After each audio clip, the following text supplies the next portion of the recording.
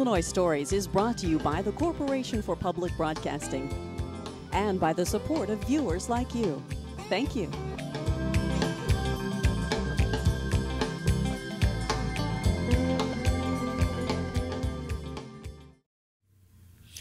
Hello, welcome to Illinois Stories. I'm Mark McDonald in Taylorville on the Square, where over the years a multitude of interesting things have happened, but in the mid-30s, this was the focal point, what was known as the Christian County Coal Mine Wars.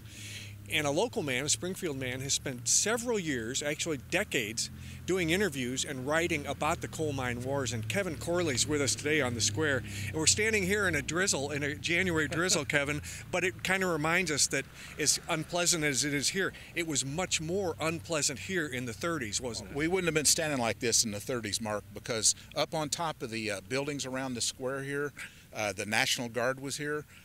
Because of all the disturbances, which we'll talk about later.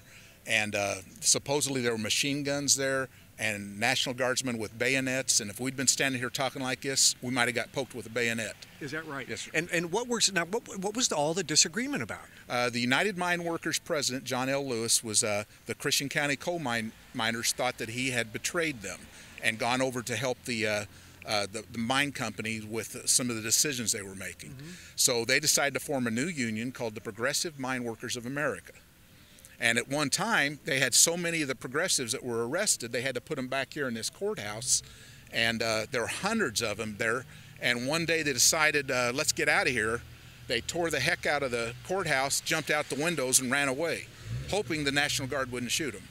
So the National Guard was here to protect the United Mine Workers cause. Is that sort of the way it was? Well, if you asked the progressives, they would have said yes, that the National Guard was really hurting them more than it was the United Mine Workers and the coal companies. Yeah. But if you stood here on the Square between 1932 and it's up to the mid-30s, what would you have seen? Well, if you were standing here at the wrong time, you might have seen the Progressive or the Breeze Courier newspaper office get blown up. That and the United Mine Workers office got blown up at the same time. Uh-huh. Some people say the progressives did it. The progressives say no, the United Mine Workers and the coal company did it themselves to get sympathy. Yeah, but you'd see the National Guard here on a regular basis. Yes, they'd be right around this area. You'd have two of them at every one of the entrances to the courthouse. Uh-huh. And on the roof, some people with machine guns. Right, and they were camped right next block over. They had tents and everything set up, and yeah, they were here for quite a while. It was a very rough and tumble time. I mean, it was during the Depression, too, so nobody was doing very well. Everybody was scrambling for every penny they could get, and that's really kind of what your books are about. We're going to look at your books as we go through this program, and fortunately for us, here on the Square is the Christian County Coal Miner Museum, which also has an interesting story and has some displays that we can look at as we hear about your books. Well, great. I'm looking forward to it, Mark. Okay, thank you. Okay. Okay, so let's pick up this ongoing story inside the Christian County Coal Miners Museum, Kevin, because in here is where a lot of the photographic evidence we have of the interviews that you started doing in the 80s with the people that were actually involved in these coal wars. We've got a lot of evidence in here about what coal mining was like back in those days, don't we? It's an interesting room to be in. Oh, it's fantastic, and the Christian County is lucky to have this coal mine museum. Because a lot of the information that I was able to receive from the people that I interviewed, they left their memorabilia in here, mm-hmm. which makes it very interesting. Mm-hmm. The four boys on the front of my book. I'll hold these for you. 16 tons covers 1898 to 1933, and the sequel is Throughout the Water, which is from 1933 to 1937.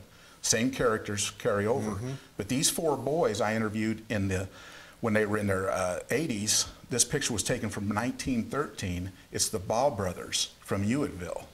And it's just south of Taylorville, yeah, it's just south of Taylorville. Mm-hmm. And they were also photographers from 1898 till they died. And a lot of the photographs you'll see in this museum came from their basement. We were able to get a lot of their photographs put mm-hmm. in the Abraham Lincoln Presidential Library and Museum. Is that right? Mm-hmm. Okay, so you do these interviews starting in the 1980s, and you are working with Carl Oblinger, who's a historian, and mm-hmm. I remember when he published a book about the coal wars, and I thought to myself, you know, that's a period in Illinois history that is not particularly well known by, you know, the general public.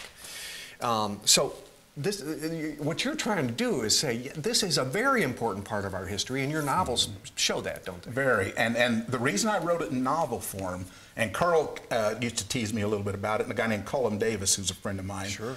He's the one that got me to do oral history interviews. They would tease me that I was doing a novel instead of an academic work. And I said, well, what's the greatest book you can find on the Civil War? And what academic book? Well, they couldn't name it, but they could name The Red Badge of Courage, by Sure. Stephen Crane. Yeah, yeah. So I wanted to get through to my students, the young people in America, the sacrifices that working men and women have made so we have better wages and working conditions today. And this is the way that will, I think, interest them. We start out, in your scenario, we start out even before the year 1900, don't we? Right. And it's just remarkable when you look at what coal mining was like in the day. Take us through this just a little bit. Sure. In 1897 and 8, actually 1897, there was a big strike where the United Mine Workers was just becoming powerful. And in 1890, the next year, 1898, they had major problems in Pana when the coal companies in Pana, Verdun, and Carterville, Illinois, refused to pay the miners what they had promised, which was 40 cents a ton. Ooh. Well, the miners rebelled, of course, and they went on strike. United Mine Workers was not very big at that time, but they brought black strike breakers in from Birmingham, Alabama, into Pana to work the mines. And the reason the mines were so important in Pana was we had big, longer seams. Our seams were 6 to 8 feet high and 24 inches thick. And it was great bituminous coal. And it was very popular among the railroads. So these pictures show the miners working down. This one over here is they're cutting the seam. And it, well, you can see that they're able to stand all the way up in this seam. So that's what you're saying, 6 to 8 feet. So they can even swing an axe over their head. But of course, they had to use mules to bring the coal out because the coal was so heavy. Sometimes they'd have to pull it out with people. Now, I noticed there are no pictures of blacks working in the mines. That probably wasn't allowed, was it? They didn't want anybody to know that was going on. And actually, that's the problem we have with understanding this time period. The blacks were not allowed. We have practically no record from the blacks. We have plenty of oral histories and letters and things that were in the newspaper about the white experience, nothing about the black experience. So you have to kind of speculate on what they were going through. I want to mention that the first blacks brought to Pana had no clue that they were going to be strikebreakers. In fact, they were told, were offered jobs and then they left them in the dark. Huh? They were actually told that there was no problem in Pana. And they did the same in Verdun and Carterville. So they came in without a clue. And what happened was a lot of the trains were stopped where that were bringing the blacks in, and they shot them. They had gunfights, which is what we'll talk about with the Verdun. Let's walk over that way. Okay. Follow you. Okay. We're in very close quarters here, so that's why we're being so. So this displays the Verdun. This is a monument that they have in the town of Verdun out on the square. And what it shows is that here's the letter, here's the sign that they had for the wanted 175 good colored miners. Doesn't say, it tells them what they'll get paid, which is up to like $3.75 an hour. 30 cents a ton instead of 40 cents a ton that they're promised to pay the whites. And actually, when they got there, they only paid 25 cents a ton. Oh, boy. And then to make it even worse, which was common with all the miners, they paid them in scrip or coupons, which was only good at the company store. So once the miners got caught up in this cycle of owing money to the company store, they never could get away. They were caught up in it. And the other thing they didn't tell them was they also charged them to bring their wives and children. They didn't tell them that when they came, but once they got here, they looked at their first checks and it was practically nothing. Yeah. Oh, boy. And Mother Jones, she's an interesting character, too. Does she appear in any of your books? Oh, yes. She's in both books. She's very important, of course. She lived to be almost 100 years old, died in about 1930. And she was in Central Illinois a lot helping the coal miners. She was in West Virginia and Ludlow, Colorado for that massacre. But she is actually buried in Verdun, down in Mount Olive. In Mount Olive, yeah. Yes, and with her, she wanted to be buried with her boys who died in the Verdun massacre. Mm-hmm. And we didn't mention what happened there was the train came in with to bring the black strikebreakers in. They didn't know it, but at the last minute they were told to duck down in their seats as they came into Verdun. And there were detectives on the train that had brand new Winchesters. And there were detectives up in the stockade that they were bringing them into in the coal mine with Winchesters. The United Mine Workers tried to not have guns and things. They were told they weren't to bring them, but a few of them did. And so when the train came in and it wouldn't stop, a gunfight erupted, and 7 United Mine Workers were killed, 5 of the company guards were killed, and it was quite an event. And then a lot of the blacks that were on the train were wounded. When they got to Springfield, Illinois, they were told they could either go home to Birmingham, and the United Mine Workers would pay for it, or they would have to stay on the train. They kept them there for 3 days. At the end of the 3 days, the company gave up and said, we don't want you anymore, go on home. Yeah. And some of those guys went to Pana to mine, some of the blacks. Now let's go back this way again. I guess the United Mine Workers, I'm guessing at that time, was a very new union, wasn't it? Right, and this event we just talked about in Pana and Verdun helped to get the United Mine Workers powerful. Without those things, that were the first major successes that they had across the whole nation. This is, we talked about that, you know, we had a 6 to 8 foot seam that we were looking at, but they had to work in really uncomfortable and almost inhumane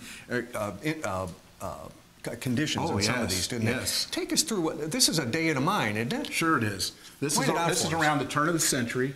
This picture shows the outside of the mine. This is the old coal shaft in Taylorville, which closed in the early 1900s, but it's the first one they started in.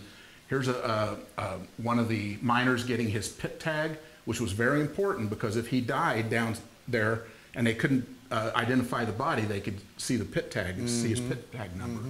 Here they are getting on the cage, going down into the darkness. When they got down there, one of the first things they needed to do was check the top. This is very important. It's called sounding the top. You can see this fellow putting his hand up on the top of the roof, and he pokes it. If he hears a hollow sound, he puts another prop in. Oh my goodness! I'd get out of there, but he just puts another prop in. Yeah. Here's the guy that's in charge of making. Yeah, he's cutting the props. This was oak that they used down in our mines, putting them together. Propping up the top. Yep. And then up here we've got the.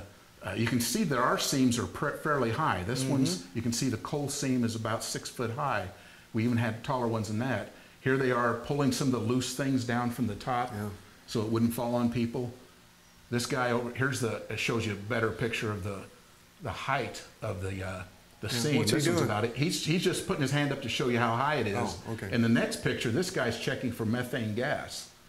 He's got a meter. He's got a meter there, huh? Okay. Yes. Now, in some of these conditions, we got to look at some of these because we mentioned, okay, that's a high seam, but look down here at some of these. This is barely getting a train through. Look here. Yeah, we had a few mines in Illinois that had lower tops, but a lot of these pictures at the bottom are from West Virginia and Kentucky, and that's what I wanted to say was the reason that coal mining was successful in Illinois and the United Mine Workers were successful was because we had better seams of coal, we had safer conditions, and the good thing is when a miner was out on strike, he could survive very easily, but with livestock and gardening and hunting and fishing and gathering.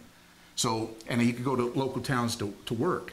But you can see the conditions down here in these little mines. Here's a, let's just start with right up here. Here's a guy cutting the seam in a 3 foot mine. You're not going to get a whole lot of coal out of that. No, and look how uncomfortable that would be. You'd be crouched all day on your hands and knees. Right. And then they had to drill with a 6 foot drill into the face, and then with the hole that was in there, they would tamp a piece of wax or paper. They'd put the dynamite or the black powder in. This guy is a crazy picture because he's actually biting the cap, the mine cap, which is a silly thing to do. He could have blown his head off. Oh man! But and then they shot it, And the smart thing in Illinois was the miners who would shoot at night and let the dust settle and then load it had less chance of having what they called back then miner's asthma. But here they are loading the coal. This is one of the ball pictures here that were taken right over by Hewitttville. Oh, that's the family you were describing to us. They took that photograph. Here they are. Sometimes they push the coal. These are men pushing it. Sometimes we use mules around here. But down in the 3-foot mines, they use dogs and even goats. Oh, to pull the wagons. To pull the wagons out. Oh, my goodness. And the joke was down in the mine, in the 3-foot mines is, you know what, if we get stuck down here, at least we'll have something good to eat.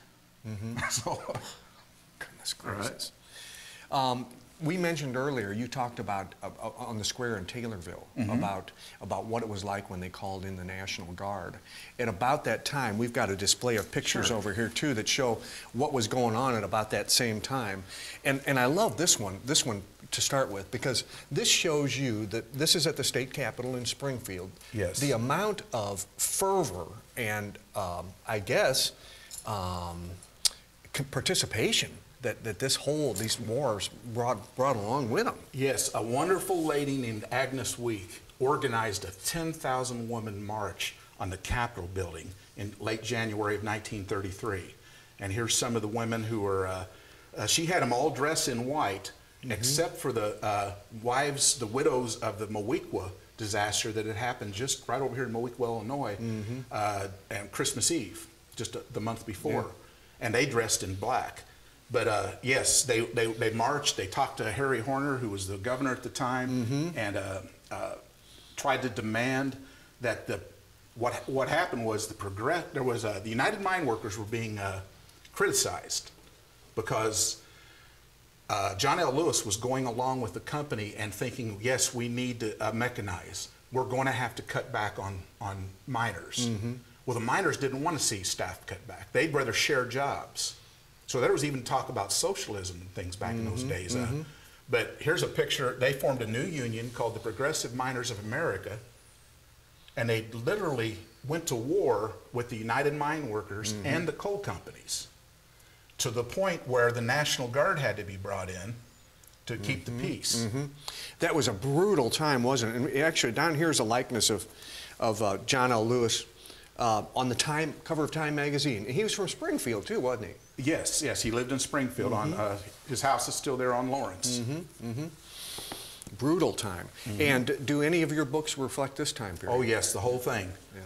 16 Tons begins in 1898 with the Pana massacre that occurred, an alleged incident where a bunch of blacks were killed and they buried their bodies, and then continues on. Most of the words in my books came right from the people I interviewed, which I think makes it unique. So when you read about a person saying something, they really did. And then Throw Out the Water is a sequel that picks up in 1933, and it covers just the Christian County coal mine wars. So, and these books are available here at the Christian County Coal Miners Museum, as well as a really interesting tour if you want to look around this place. Oh yes. Because you've got all kinds. You got the old uniforms of some of the family members that worked in the mines. You've got the stories and the photos from the coal wars, and a lot of coal miners, particularly, are people who came from coal mine families, will find this particularly interesting. That's what was interesting when I talked to my high school students. They'd say these gunfights couldn't have happened in Taylorville. There'd be a book about it, there'd be a movie. And that's why I wrote the book. And then it wound up getting published quite accidentally, and I'm happy for that. And young people are learning a lot of the things about their families, and they actually did a lot of the interviews. Well, thank you. Okay, well, thank you. Chuck Martin, your father, Bernard, and we're looking at his uniform now, was a coal miner throughout his life. Your grandfather was associated in a very unfortunate way with the coal mines, and those two sort of are responsible for you wanting to be part of this coal miners museum, isn't it? Yes, that's correct, Mark. It's in the family. My grandfather was a United Mine Workers Union official, and unfortunately he was killed in 1950. He was shot in the face 100 feet away with a scope rifle. The family believes it was intentional killing. My dad and my mother were on their honeymoon at the time, and they came back, and his dad's shot and killed. We have a picture of your grandpa right here. Yeah, 1950, August 4th. Oh, I never knew him. I'm named after him. I would have liked to have known him. Yeah, and your dad then, of course, well, of course that made him bitter. He was bitter about that his whole life. Sure. But then he also spent his whole life in coal mines. He followed in his father's footsteps, and my grandfather was a district board member in the United Mine Workers in DuQuoin, Illinois. And then my dad ultimately became a local union president at the Hillsboro mine in Coffeen, and then became district board member here in Taylorville as well, and became very active in the cause of safe working conditions. After he finished his time with the United Mine Workers, he became a state mine inspector. For the 25 years, he was a state mine inspector, and that's the uniform that he wore as a state mine inspector, and he was proud to try to make coal mining safer for everyone.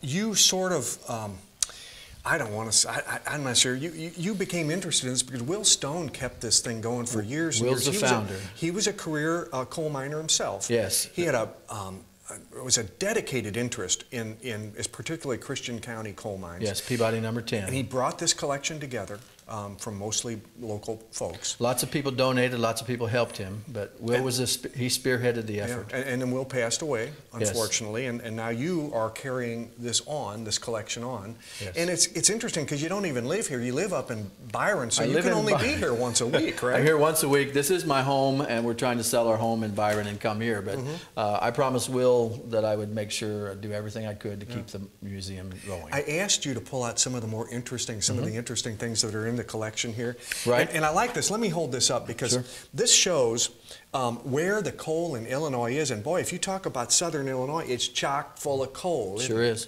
The purple is where it's most dense. Right. And then as you get to the lighter colors, it's less dense. But it's everywhere south I-80, isn't it? Right. It could be a booming economic engine for the state. Unfortunately, right now, there's only 10 active coal mines, and they're all in the southern part of the state.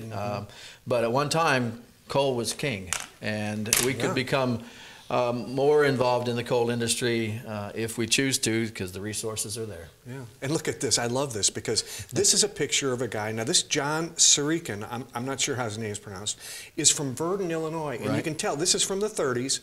He builds a car that runs on coal. Now, whoever thought that's progressive as you can get, isn't it? It certainly is. It claims that he got 58 miles an hour and could go 35 miles on a bucket of coal. 35 miles on a bucket pretty of coal. inventive. No kidding. Good for him. Wow. Yep. One of our area miners. You know, Kevin talked about the script, what you got paid when you worked in the mines, and this was valuable only in the company store. Right, that's and a commemorative. Peabody Coal, Commemorative this, coin. Huh? Yes, they did. On their 100th anniversary in 1983, Peabody Coal issued replica copies of scrip that was used in place of money. Fantastic. And, you know, we were talking about, Kevin said one of the first things a miner did when he got into a room down in the mine was they would poke. I guess they went this way, didn't they? Yes. You hold it, because you know how it works. Well, the brass top, especially if you had brass, it made a better hollow sound. So it was a safety feature to test the top to make sure that where you would be working wouldn't fall on you during the course of the day.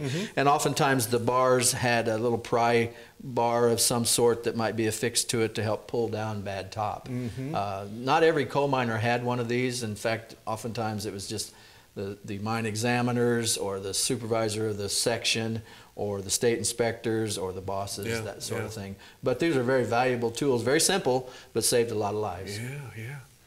To talk about saving lives, this is a dangerous piece of equipment right here, isn't it? Right, it's very fragile. This is from the early days, isn't it? We think this is a 1900s version of the open flame cap. Fuel would go into this receptacle.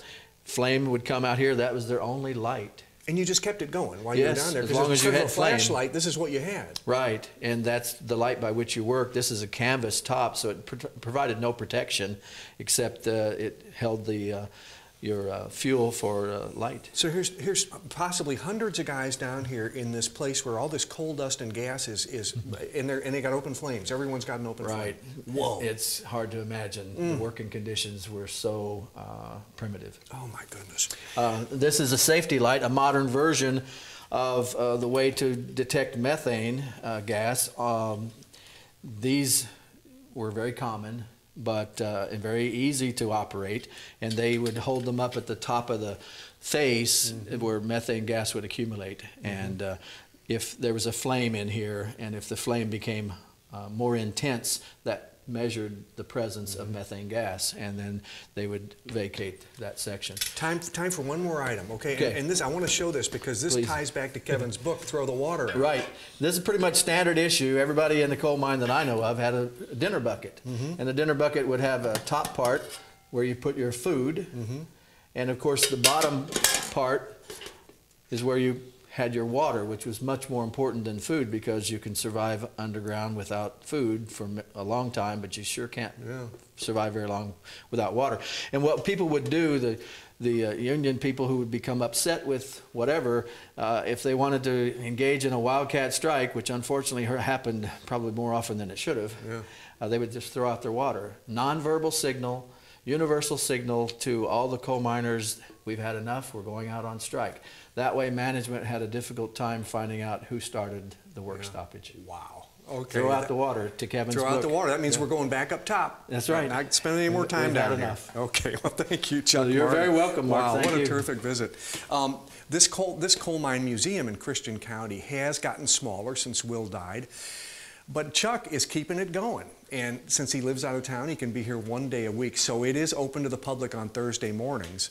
But if you call him, there's a chance that it could be open by arrangement. It's just a very fluid situation, but as you can see, there's a lot to see here. With another Illinois story in Taylorville, I'm Mark McDonald. Thanks for watching.